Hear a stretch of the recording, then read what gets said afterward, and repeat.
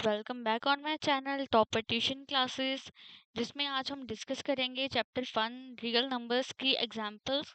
हमने दो थ्योरम्स जिसमें हमने देखी थी जब हमने चैप्टर स्टार्ट करा था कि this chapter is based on two theorems. Real number chapter is based on two theorems. First is Euclid sorry Euclid division algorithm. एक तो ये थ्योरम थी और सेकंड थ्योरम क्या थी? Fundamental theorem of arithmetic. ये दो थ्योरम इस चैप्टर का बेस है। ये क्या बोलता है कि जो हमारा अगर हम डिवाइड करेंगे किसी ए इंटीजर को बी के साथ तो जो उसका रिमाइंडर आएगा it is less than B. यही बोलता है ना। तो हमने डिवाइड करी थी ए को बी के साथ, ऊपर कोई क्वेश्चन आया था और नीचे एक रिमाइंडर आया था। तो हमने क्या लिखा था कि जो ए होएगा वो इक्वल होएगा बी जो हमारा नंबर है into question plus remainder, and this remainder is less than b. So this is Euclid division of algorithm। और फंडामेंटल थ्योरम ऑफ अरिथमेटिक क्या बोलता है कि कोई भी कॉम्पोजिट नंबर होएगा जो वो इक्वल किसके होएगा? Product of primes. तो ये क्या है हमारी सेकंड थ्योरम। हमने एक नंबर लिया था 100, तो इसको हमने कैसे एक्सप्रेस करा था? 2 into 2 into 5 into 5 ऐसे एक्सप्रेस करा था। तो this is equals to product of prime numbers. और हमें इसे कैसे भी लिख सकते हैं? 2 into 5 into 2 into 5 करके भी लिख सकते हैं, 5 into 5 into 2 into 2 करके भी लिख सकते हैं। It is on up to you. तो real number chapter is based on two theorems, first is this and second is this. ये चीज़ें हमने पार्ट 1 और पार्ट 2 में कर भी ली थी। मैं आप बता देती हूँ। पार्ट 1 में हमने क्या करा था कि रियल नंबर्स और कौन से नंबर्स होते हैं और इमेजिनरी नंबर्स क्या होते हैं। यूक्लिड डिवीजन एल्गोरिदम हमने बहुत अच्छे से समझा था और हमने इसके एग्जांपल्स भी करी थी कि हाउ क्वेश्चन आ जाते हैं कि find HCF between two numbers by Euclid division algorithm. तो हम कैसे करेंगे? बाय दिस फॉर्मूला, जिसमें हमने ये स्टेप्स लिखने होते हैं। इसके बाद हमने आगे चीज़ें करी थी कि फंडामेंटल थ्योरम ऑफ अरिथमेटिक क्या होता है, उसको हम कैसे प्रूव करेंगे। ये सारी चीज़ें हमने करी थी और आज हम करेंगे रियल नंबर का जो 1.1 एक्सरसाइज है उसकी एग्जाम्पल्स। तो समझ आया आज का सेशन हमारा किस बेसिस पे है? 1.1 exercise 1.1 of first chapter examples, जिससे आपको सारा चैप्टर क्लियर हो जाएगा और आपको क्वेश्चंस करने में काफ़ी आसान रहेगा। तो आइए स्टार्ट करते हैं।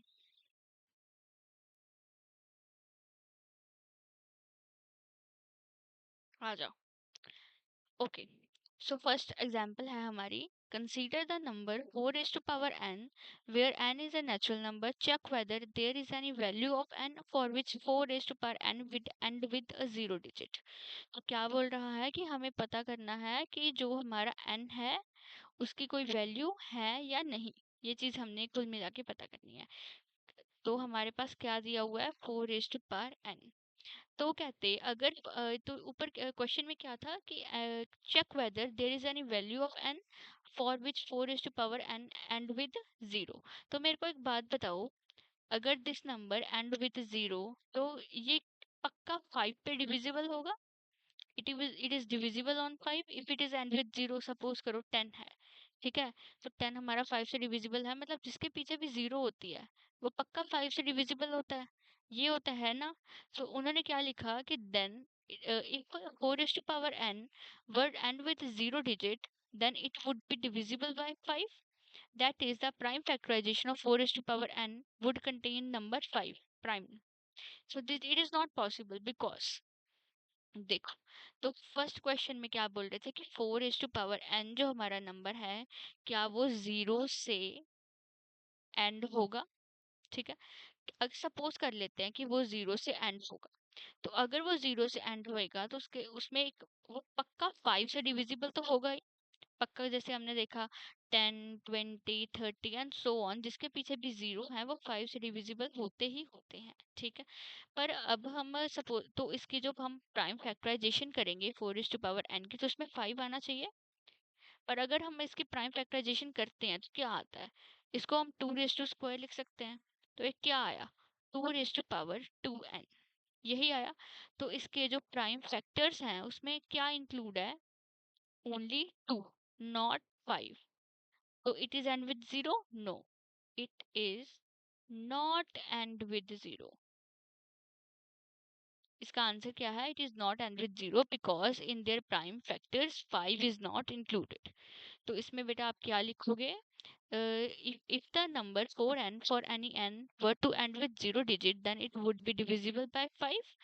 That is the prime factorization of 4 raised to power n would contain prime number 5. That is not, this is not possible, क्योंकि 4 raised to power n को जब हम सॉल्व करेंगे तो उसको 2 raised का स्क्वायर लिख सकते हैं. So the only prime factorization of 4 raised to power n is 2. So uniqueness of fundamental theorem of arithmetic guarantees that there are no other prime number of factorization of 4 raised to power n. So there is no natural number for n for which 4 raised to power n and with 0. तो इसका मतलब क्या है कि हमें इसका number इसके prime digits में 5 नहीं मिलेगा, तो it is not end with 0. बस सपोज करो इसके अलावा भी आपको अगर कोई क्वेश्चन आ जाता है कि 9 raise to power n, can 9 raise to power n end with 0, तो इसका भी बेटा आंसर क्या आएगा, को सपोज करो ये क्वेश्चन आ गया, तो इसको कैसे करेंगे, 3 raised the square and it is 3 raised to power 2n. So prime factor of 9 raised to power n is 3 only, not 5. Therefore, it cannot end with 0. So this is your answer. अभी ये suppose करो कि question ये आ जाता है 10 raised to power n and with 0, इसको क्या लिखेंगे, यस, क्योंकि 10 के फैक्टर्स क्या हैं, 2 इंटू 5, तो ये क्या आएगा, 2 raise to power n multiply 5 raise to power n. 2 तो है पर इसके साथ 5 भी है ना, तो अगर इसके साथ 5 है तो it can and with 0 because इसके जो प्राइम फैक्टर्स हैं वो कौन से हैं, 2 मल्टीप्लाई 5, सो इसमें 5 फैक्टर है प्राइम, तो इट इज एंड विद 0.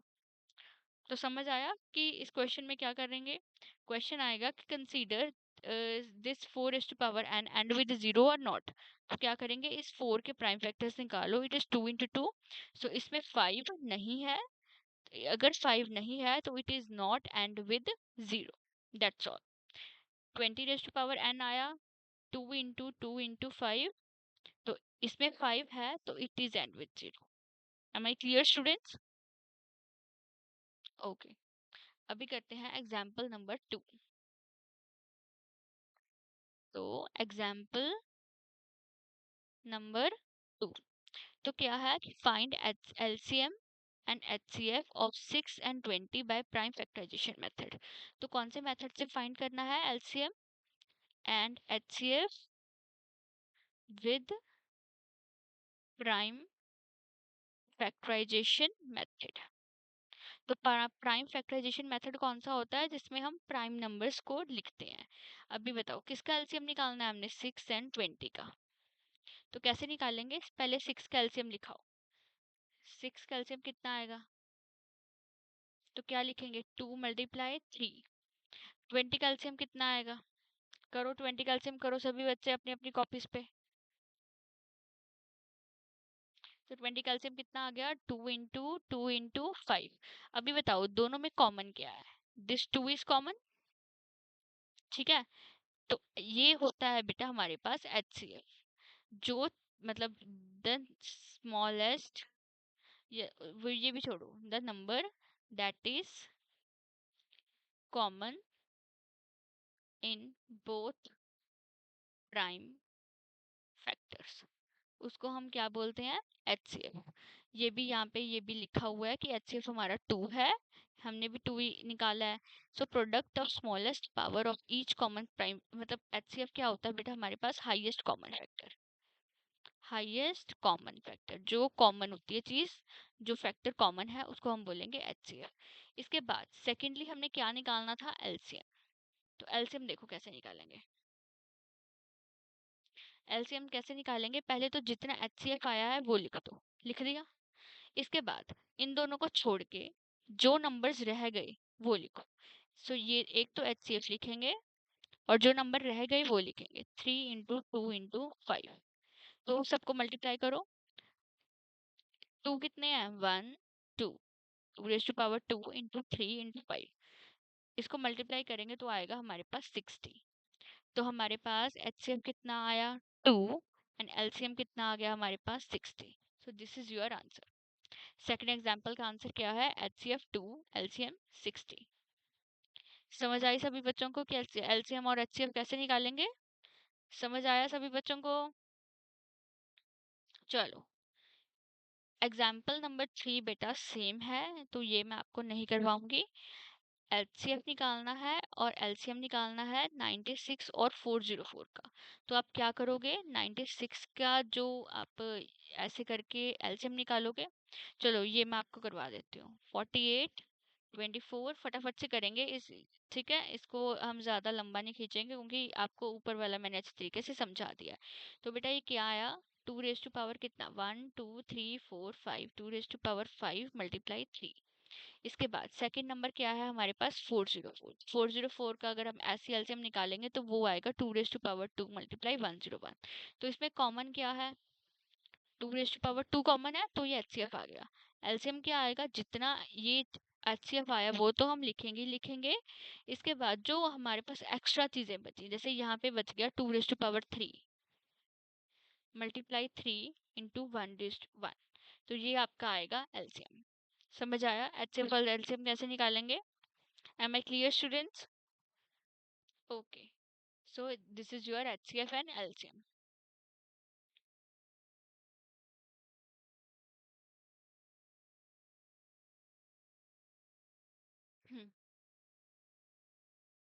ये एग्जाम्पल नंबर 4 भी बेटा सेम है। यहाँ पे बोला कि एचसीएफ और एलसीएम निकालना है 6 72 और 120 का। तो वही प्राइम फैक्टराइजेशन से, तो 6 के फैक्टर्स लिख दिए, 72 के फैक्टर्स लिख दिए, 120 के फैक्टर्स लिख दिए। जो चीज तीनों में कॉमन है, फॉर एग्जाम्पल 2 2 एंड 2, 3 3 एंड 3, तो वो क्या आ जाएगा आपके पास, एचसीएफ। 2 और 3 कॉमन है तो वो आ गया एचसीएफ 6। एलसीएम क्या आएगा, एचसीएफ तो आएगा ही आएगा, और जो चीजें रह गई वो सारी चीजों की मल्टीप्लाई। तो उसमें क्या आ जाएगा, उसको अगर हम मल्टीप्लाई करेंगे तो 360। तो हमारे पास एचसीएफ की वैल्यू आ गई 6, एलसीएम की क्या आ गई 360। Am I clear students? चलो, अब सभी को सभी चीजें क्लियर हुई कि हमने क्या क्या कैसे कैसे करा। एक और फॉर्मूला मैं आपके पास लिख देना चाहती हूँ, पर ये फॉर्मूला डायरेक्टली यूज नहीं होएगा, इनडायरेक्टली यूज हो सकता है। कि अगर आपको ये चीज दी हुई है, क्वेश्चन मैं आपके सामने लिखती हूँ। टू, ओके, टू नंबर्स, उसका आपको एचसीएफ दिया हुआ है 4। दो नंबर्स हैं हमारे पास 96 एंड 404। Find LCM. और आपके पास टाइम नहीं है, या आपको ये नहीं लिखा कि बाय प्राइम फैक्टराइजेशन ही निकालना है। तो आप क्या करोगे, हमारे पास फॉर्मूला होता है HCF multiply LCM is equals to product of two numbers. तो इसमें आप फिल करो 4 × LCM is equals to product of two numbers. Two numbers हमारे पास कौन से हैं, 96 × 4 इज 4। एलसीएम क्या आएगा हमारे पास, 96 × 404/4। जब हम इसको सॉल्व करेंगे तो हमारे पास क्या आ जाएगा, 9696। सो this is your LCM value. समझ आई चीजें कि हम ये जो एक्सप्रेशन है ये कैसे यूज कर सकते हैं। तो ठीक है फ्रेंड्स, अगली वीडियो में मिलते हैं हम, जिसमें हमने एग्जाम्पल सारी कर ली, जिसमें हम एक्सरसाइज 1.1 के क्वेश्चंस करेंगे। तो बेटा आप बने रहिएगा हमारे साथ ऐसे ही। Okay friends, have a very good day, bye bye. और जाने से पहले प्लीज़ एक बार इस चैनल को सब्सक्राइब कर दीजिएगा। ठीक है friends, have a very good day. मिलते हैं अगली एक्सरसाइज जब जिसमें हम करेंगे 1.1 exercise. Okay friends, have a very good day, bye bye.